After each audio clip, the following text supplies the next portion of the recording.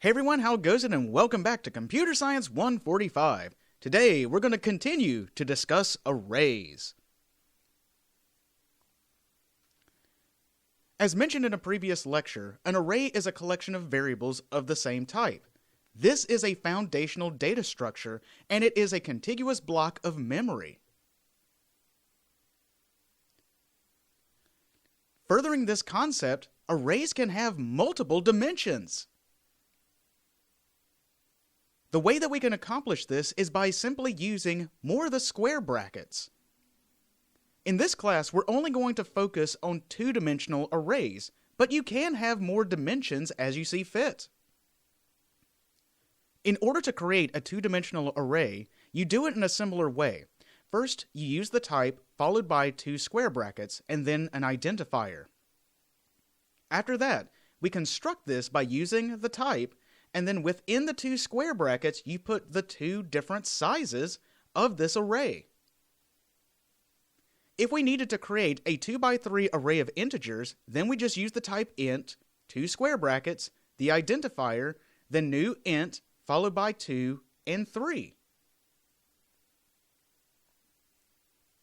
Now, as Java considers arrays to be these container objects, whenever we create multidimensional arrays, you can think of this as being an array of other arrays. Always keep in mind that the identifier of an array references a memory address. This memory address references the contents of the array. This means that you might have an array that simply has memory addresses to other arrays. Looking at this in memory, we can consider it like this. Following this statement, if we arrive right here, we understand that this declares the array. So over here we have the identifier array, and currently its contents is null. Because remember, this is going to contain the memory address to the contents in the array. When we get to this part, we're now constructing an array of size 2. But now notice that the contents inside of memory are also both null. Now this is because in the next step, we construct two three-dimensional arrays. Here's one three-dimensional array, and here's another three-dimensional array.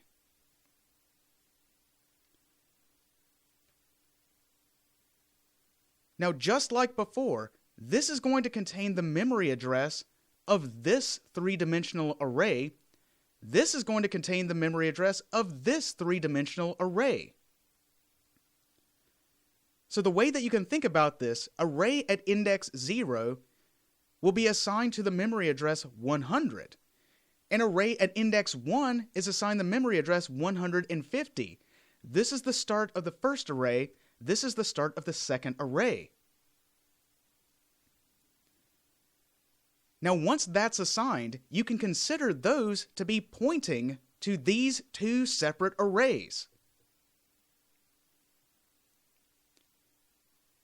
Now, furthermore, the original identifier array is then going to get assigned to memory address 60, in other words, the first address that's right here, and you can consider this to point to this start of the array. This creates an array that has 2 by 3 elements.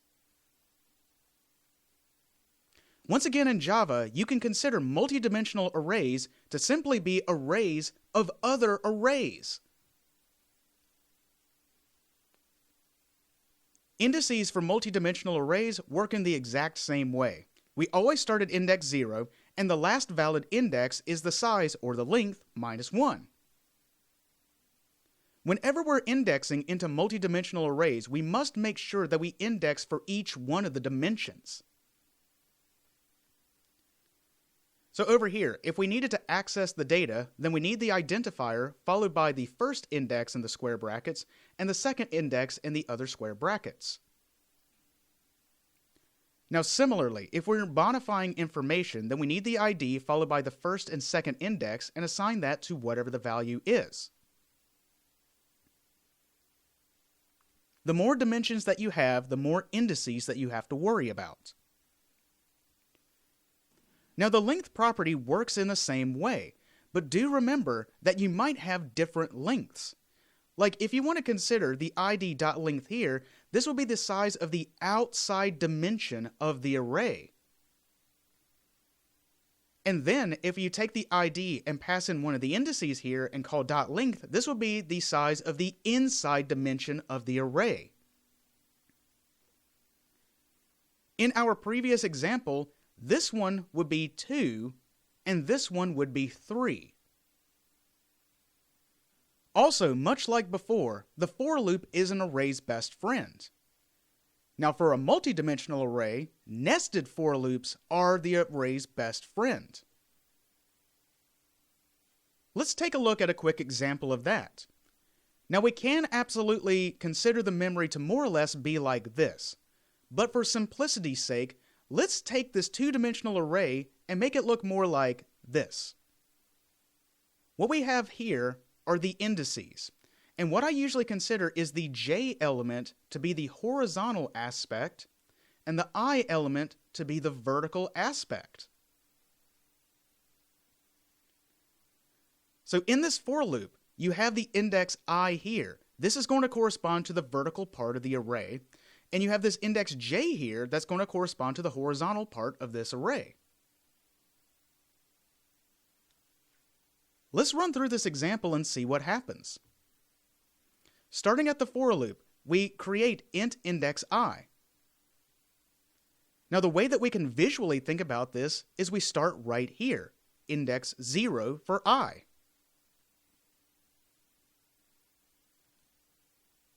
I is less than array.length. Now, this is corresponding to the outside part of the array, the vertical part. So we have 1, 2 elements here. 0 is less than 2. Now we enter the body of that for loop and start with index j. And we can consider this to be pointing to right here.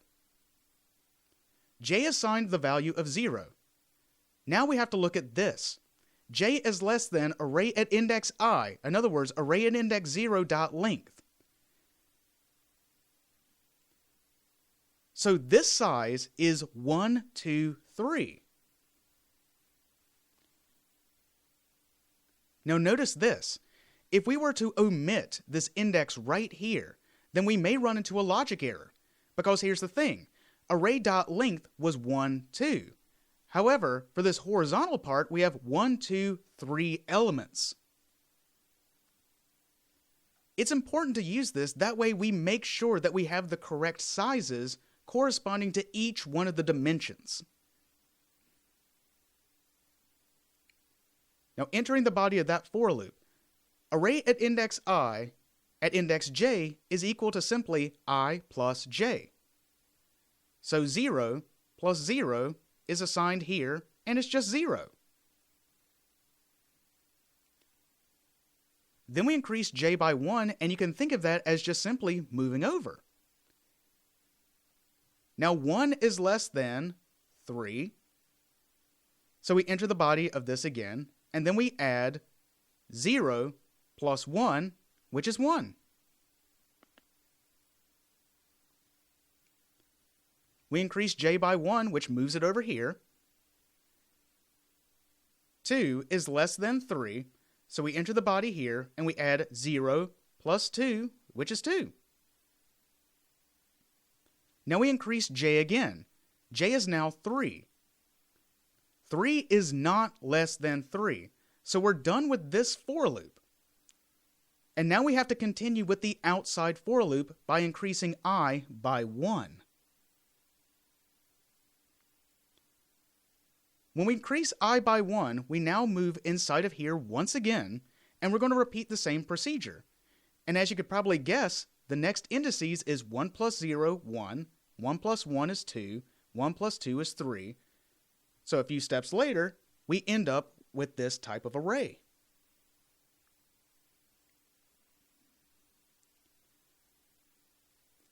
Now once again, for simplicity's sake, we only represented this two-dimensional array in this way. But you may consider the memory to more or less look like this. where you have array at index 0, 0 is assigned to 0, 0, 1 is 1, 0, 2 is 2, and then array 1, 0 is 1, 1, 1 is 2, 1, 2 is 3.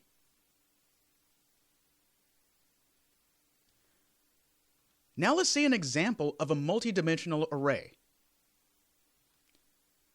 What we're going to do is create a game, and we're going to just play a game of hide and seek. In this game, we have a game board, a two-dimensional array. Let's say that we put the player right here. And then we randomly select a goal position, and let's say it's right here. Now, as this is hide and seek, we need to hide that position, so it goes away.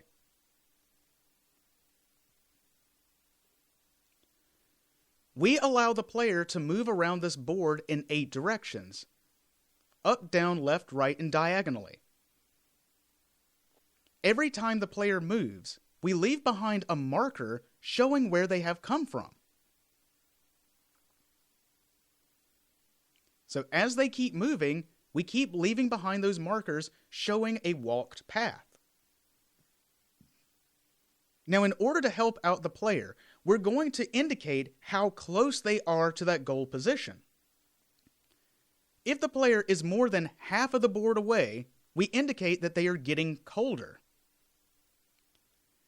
If they are between 1/4 of the board away and 1/2 of the board away, then we indicate that they're getting warmer. And if they are less than 1/4 of the board away to the goal position, then we say they're getting hotter. We allow the player to move around this board, but we also make sure that the player can stay inside the bounds of the board. So let's say that they were at this position right here and tried to move down. Well, that's outside the board, that's invalid, so all we do is just make sure to contain them within the board. Once the player has reached the goal position that was randomly selected, we say that they win. Now, let's see that inside a code.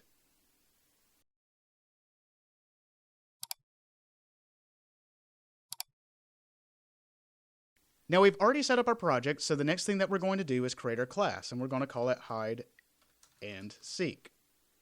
Include the main method. We're going to go ahead and take out that auto-generated comment and make sure we put our name at the top here.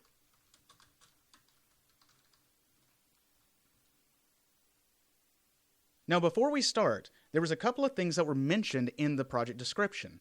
First of all, the player needs to be able to interact with the game, so we need some form of user input. So we're going to import java.util.scanner in order to have some form of user input. We also mentioned that the goal position was going to be randomly selected. So we're going to also import java.util.random in order to use that type random.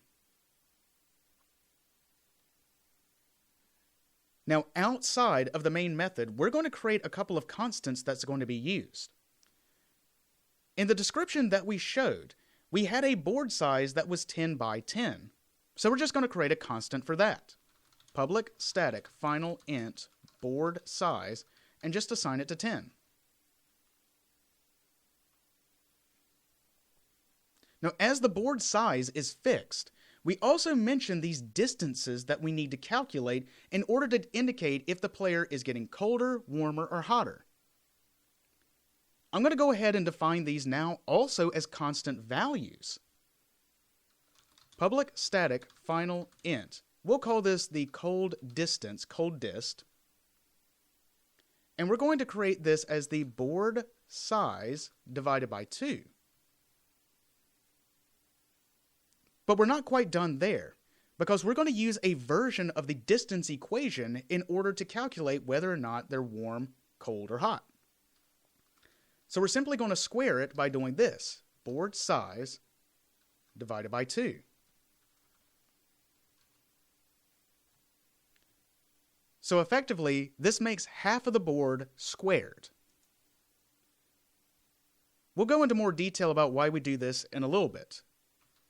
The next one, public static final int, the warm distance, is equal to the board size divided by 4, because this was 1/4 of the distance, times board size divided by 4.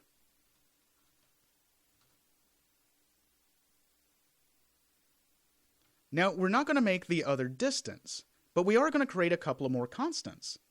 We haven't created this board yet, but we need to think, what kind of type will we create in order to display this kind of board? We can choose a lot of different types, but to keep things simple, I'm going to say that this is going to be a two-dimensional array of characters. Now, with that being said, there were a couple of different spaces. Like, for instance, one space on the board could indicate that it is empty. So let's define that. Public static final character. Let's say this is the empty space, and we define this as the underscore. Now we also need to indicate where the player is. Public static final character player, and we'll just say it's the X.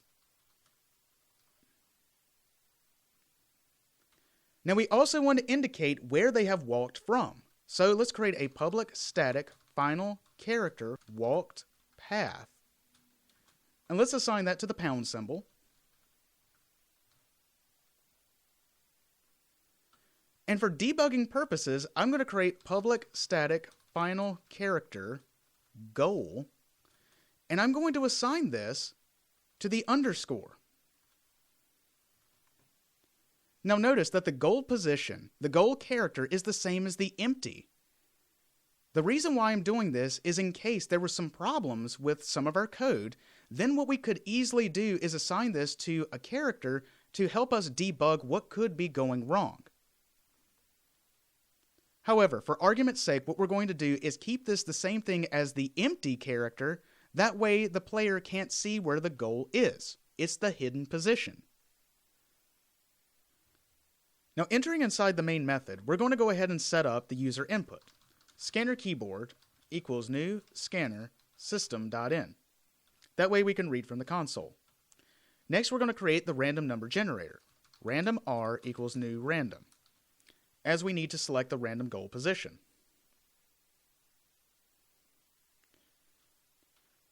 Now, once we've done that, we need to basically figure out where the player is going to go on the board. And we need to keep track of where that player's position is. For argument's sake, we're going to use the indices for the multidimensional array in order to keep track of this. So if we're going to assign the player to the top left position, what we need to do is assign int px, its x coordinate, to 0, and also int py is also equal to 0.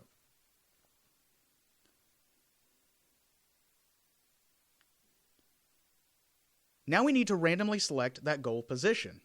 Int gx. The goal's x position is equal to r.nextInt. Now, to make sure that this selects an integer that's within our board, we're going to pass in the constant board size.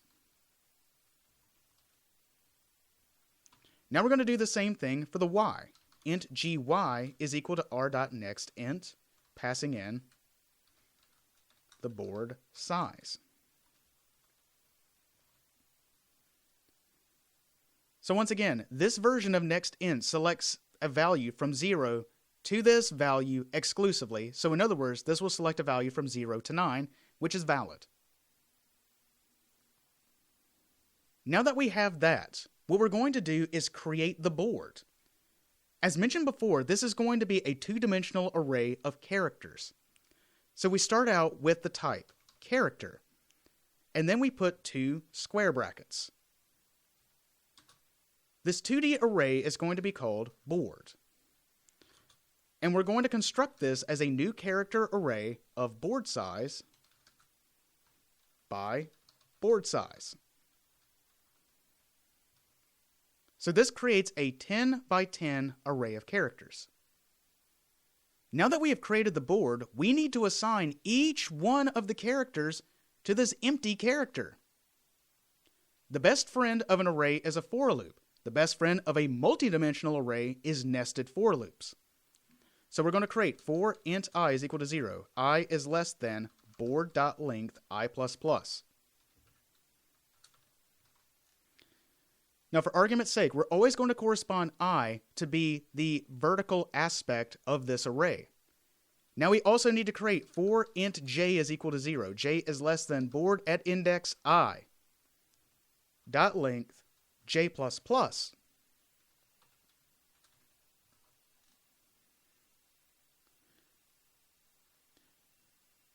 Now we have this index I, which is the vertical part, and this index j that corresponds to the horizontal part.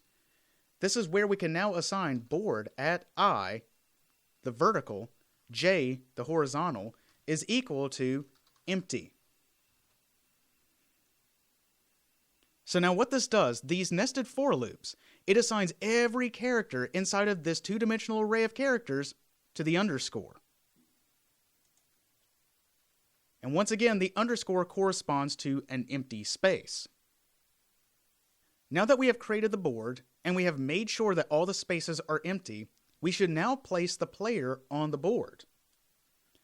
So once again, we use board. Now, the first index should correspond to the vertical part. We have the coordinates x and y here. Now the y is going to correspond to the vertical part, so we're going to use py. Followed by px, the horizontal part. Now we assign this to be the player. Thus basically, we put this x at 0, 0 initially. Let's do the same thing for the goal. Board at gy, gx is now assigned to the goal character. Now right now, goal is the same character as empty, but if we needed to debug this, then we could simply assign this to, I don't know, like an O, to see exactly where it is. That way we could figure out what could be going wrong. But for now, we're going to just keep that as the underscore. That way we hide it. Now that we've established all of this, let's go ahead and prompt the user. System.out.println, welcome to hide and seek. Then we're going to create the game loop. Boolean game over. We're going to set that equal to false. And while not game over. So while we have not found that goal position. Well, before the user can enter anything, we really should show the board. So we should print out all of the characters on that board. Well, printing out is just a way that we can process this data. And once again, we're going to use nested for loops in order to print out the board. So for int I is equal to 0. Again, this is the vertical part. I is less than board.length I++.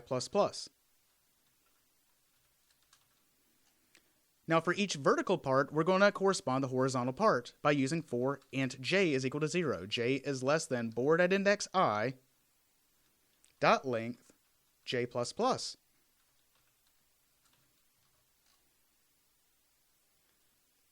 Now this for loop right here, inside of this body, we should print out all of the horizontal characters. So we're going to use system.out.print, not print line. We're just using print, that way we don't skip down a line. Inside of its arguments, we're going to print the character found at board index I and index j. Now after we've printed out all of the characters horizontally, we need to skip down the next line, in other words corresponding to this vertical part.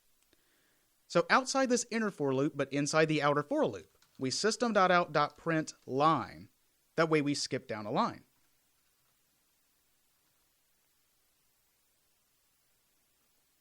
Now these for loops simply just print out the board. We also should indicate to the user whether or not they're far away, kinda close, or really close to that goal position. So what we need to do is calculate the distance, and we're going to use a modified version of the distance equation. To keep things simple, we're not going to take the square root. We're going to always assume the distances are squared. This is why at the top here, we simply squared each one of these distances. And we're going to do the same thing down here. First, we're going to calculate int distance is equal to the px minus the gx, the player's x position and the goal's x position. And easily enough, we just multiply that by px minus gx. Now we add together py minus gy times py minus gy. Now the reason why we did this once again is that way we can just avoid using a square root. If we just square all the distances, then we just consider the distances to be squared. Now going from there, we need to evaluate how close they are.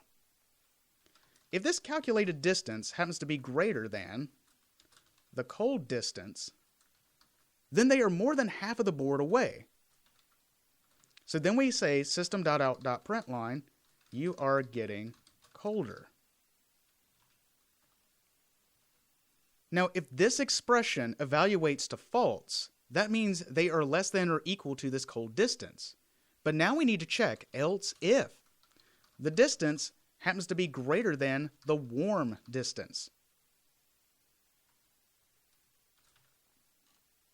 Now, if this distance is not greater than the cold distance, however, if this distance is greater than the warm distance, then easy enough, system.out.println, you are getting warmer.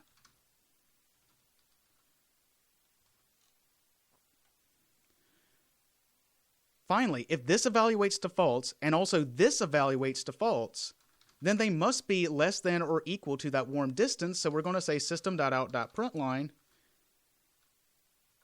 you are getting hotter.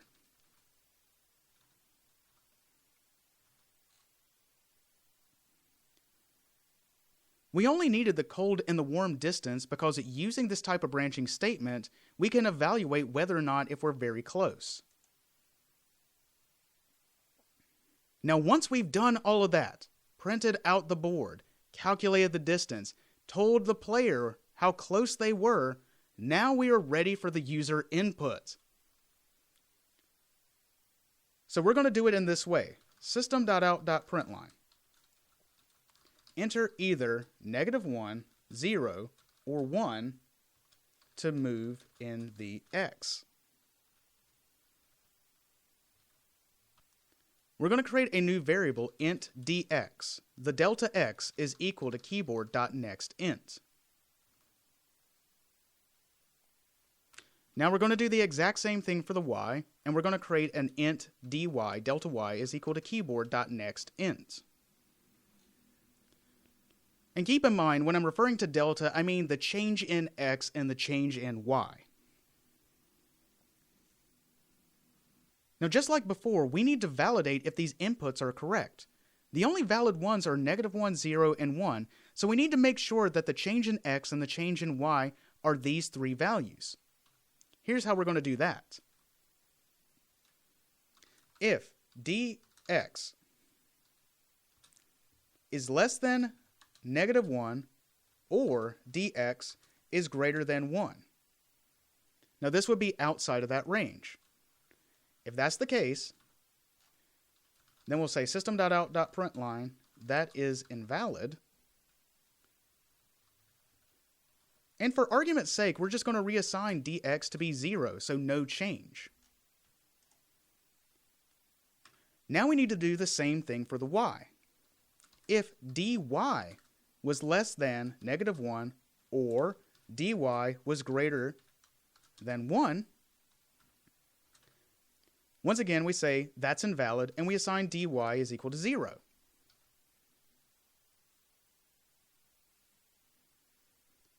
Now there's a little bit of subtlety right here. Notice, we have this if statement followed by this if statement. Would it be incorrect to make this one into an else if statement? I would argue that it would be incorrect to do that, because this value does not depend on this previous value. These should be independent checks. If I were to create this as an else if, the only way that this Boolean expression would be checked is if this one were true. So in fact, what we might have is a valid x position, but an invalid y position. These are two different checks. they should be independently checked. So do not put an else if here. You should only use an else if that current Boolean expression depends on the value of the previous Boolean expression. They are dependent. Now that we've validated the input, here's what we're going to do next. As we are moving around the board, we're going to indicate where we just moved from.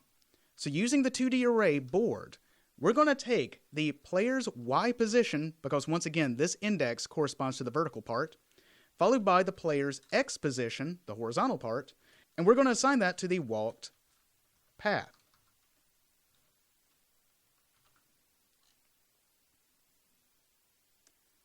Now this is where we previously were. Now we have this change in X and change in Y, so we need to update the X and Y. So Px plus equals dx and Py plus equals dy.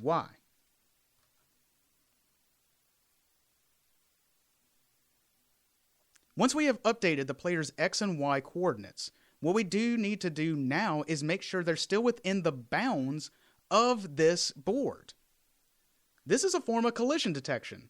So let's check. If Px was less than 0, that means they've gone all the way to the left and outside the board. Then what we need to do is reassign Px back to 0.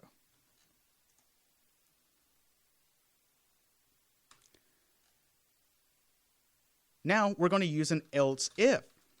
If the Px happens to be greater than the board size minus 1. Remember, the board size minus 1 is the last valid index on this board. So in this case, what we need to do is reassign this to Px equals the board size minus 1. So this check right here makes sure that if we go all the way to the left, that we don't go out of the bounds to the left. And this one checks if we go all the way to the right, that we don't go out of bounds to the right. I used an else if here because this does depend on the other one. It cannot be both. Both of these cannot be true at the same time. Now we do the exact same thing for the Y. So now we make sure that the X coordinates do not go out of bounds and also the Y coordinates do not go out of bounds.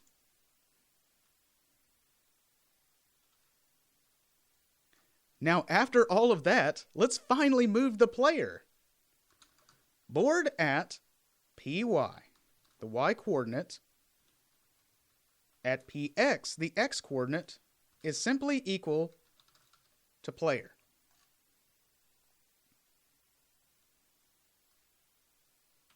Now once we have moved the player, let's check if the game is over. So if the Px is equal to the Gx, the player is now on the same coordinate as the goal, and because both have to be true, player's Y coordinate is the same as the goal's Y coordinate.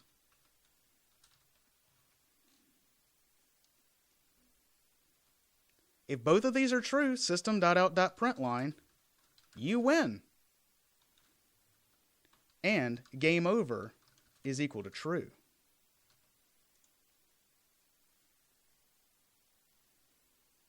This is a lot of code to make a hide-and-seek game, but now let's see if it works.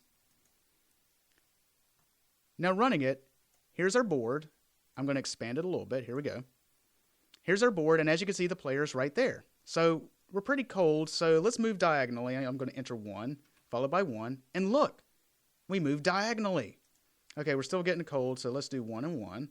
Still cold, 1 and 1. Okay, we're getting warmer. Let's keep moving diagonally. 1 and 1. Okay, 1 and 1. 1 and 1. Ooh, we're getting colder. Okay, hold on a second. Let's move 0 and -1 to move up. Okay, we're getting warmer. So 0 and -1. Still getting warmer. 0, let's see, -1. Okay, getting warmer. 0, then -1. Okay, we're getting hotter. So let's keep moving up. 0 and then -1. Okay, 0 and -1. Oh, okay, hold on a second. Now, let's move 1 and 0 to move over. 1 and 0 to move over. 1 and 0 to move over. Okay, still not there. All right, 0 and 1 to move down. Okay, let's move over. -1 and 0. All right, -1 and 0. And that's where we are. The goal position was right there. And that ended the game.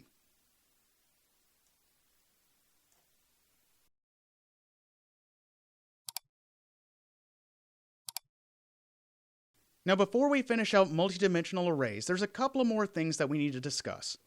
Much like a single-dimensional array, you can declare and initialize all the values in a multidimensional array by using the curly braces. The way that you could do that is basically you have these curly braces, that's the outside container, and then for each one of the inside containers you have the values. So if we wanted to create the array that we were using before, we can create this 1, 2 by 1, 2, 3 array.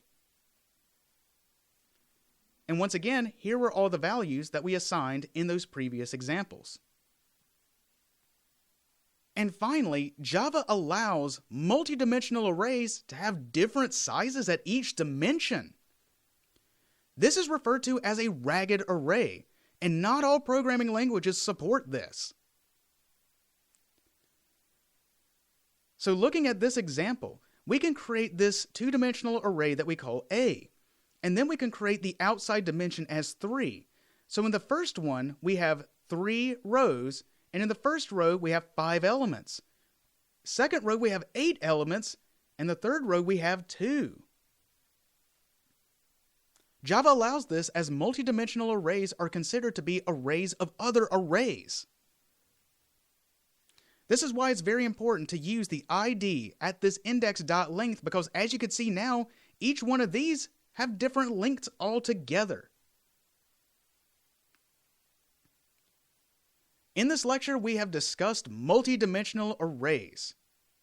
And with all that being said, I'll see you next time.